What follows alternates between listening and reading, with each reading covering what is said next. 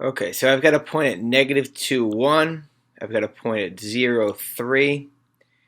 And we're saying that we're going to find the, I guess, the area, right, of triangle ABC.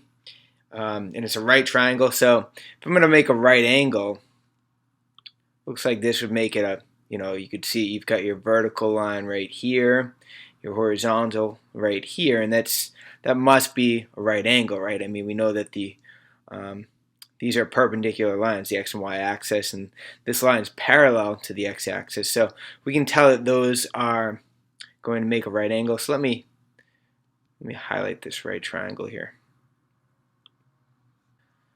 So that's sort of our right triangle, and any triangle, the base and height always meet at the right angle. So if you find the area of a triangle, its area equals 1/2 base times the height, 1/2 base times the height. So for this particular one, I would say that the height is 4, or well, it's not going to be 4. It looks like it's 4 squares. It looks like the height is 2, and the base is also 2. So 2 times 2 is 4, and half of that is 2. So I would say your area would be 2 square units. Alternatively, again, if I have these points here and here, we said that the right angle was at this angle, but it doesn't have to be at this angle right here. It could be at this angle instead. So if I put the right angle there, what we have to consider is the slope. The slope of this looks like I'm rising 1, 2, 3, 4, and I'm running 1, 2, 3, 4. So the slope is 1/1.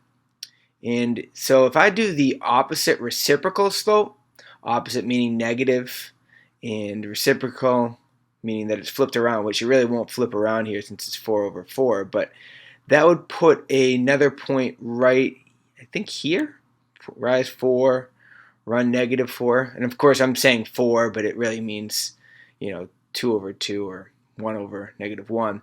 And that will make a right angle at this point down here. So if I can, I'm going to connect these dots here. Let's use a straight line.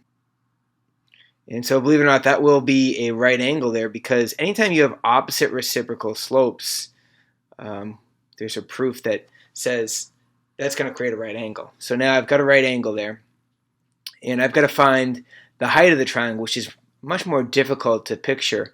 So what I'm actually going to do is use Pythagorean's theorem. And I think you could use the distance formula. It's really your preference. We learned the Pythagorean theorem in 8th grade. We don't really discuss the distance formula, but you can see that if the Pythagorean theorem, by the way, is a squared plus b squared equals c squared, where c is the side opposite the right angle of a right triangle. So I've got, I would say my a right here is 2. And then my b right here is also 2, right? From -4 to -2 is 2. So 2 squared plus 2 squared, that's 4 plus 4 is 8. So let me write this down, because I'm losing track as I'm trying to apply my working memory here.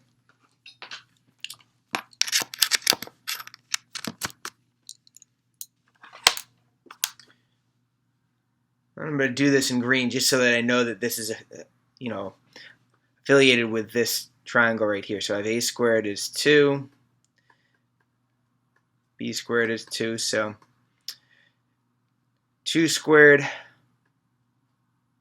plus 2 squared, that's 4 plus 4 equals c squared. So that's going to be 8 equals c squared.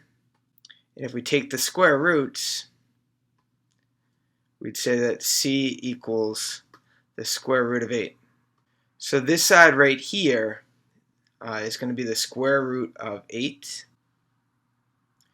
And it looks like this triangle right here in red is going to be the same amount.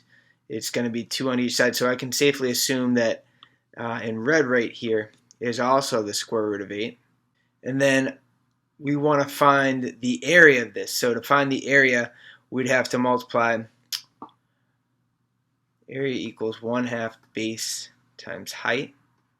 So we would multiply the base, which is the square root of 8, times the square root of 8, which is the height. So area equals 1/2 radical 8 times radical 8. Now radical 8 times radical 8 is just going to equal 8, right? If I did let's take a square root that is rational, like the square root of 4. If I did the square root of 4 times the square root of 4, that equals 4, right? Because the square root of 4 is 2, and the square root of 4 is also 2, so 2 times 2 is 4. And same principle here, we've got 8, and we're taking half of that.